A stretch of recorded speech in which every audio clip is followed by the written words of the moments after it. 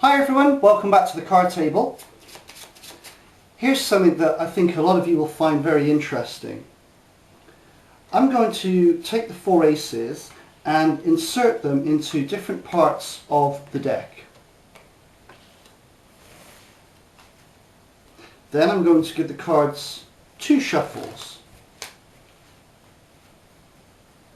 But despite the cards being thoroughly shuffled and the aces physically separated from one another in the deck, all I have to do is just come over and make one cut, and I can actually cut to one of the aces.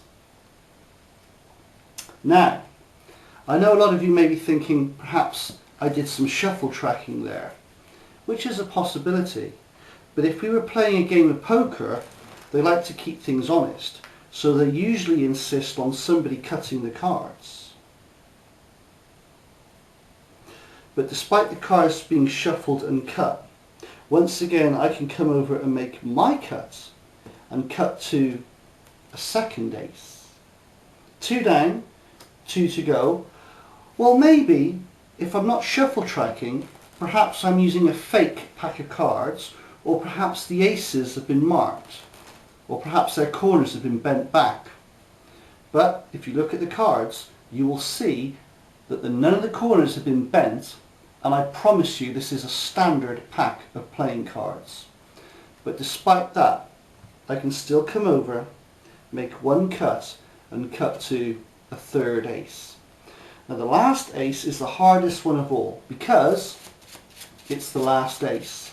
But again, the cards would be shuffled, the cards would be cut. But despite all of this, once again, I would come over and make a cut. Now bear this in mind. One card more, one card less, and I would have missed cutting to the last ace. I'm not saying this card here is the last ace, because some days even I miss. But luckily today is not one of those days. And yes, that is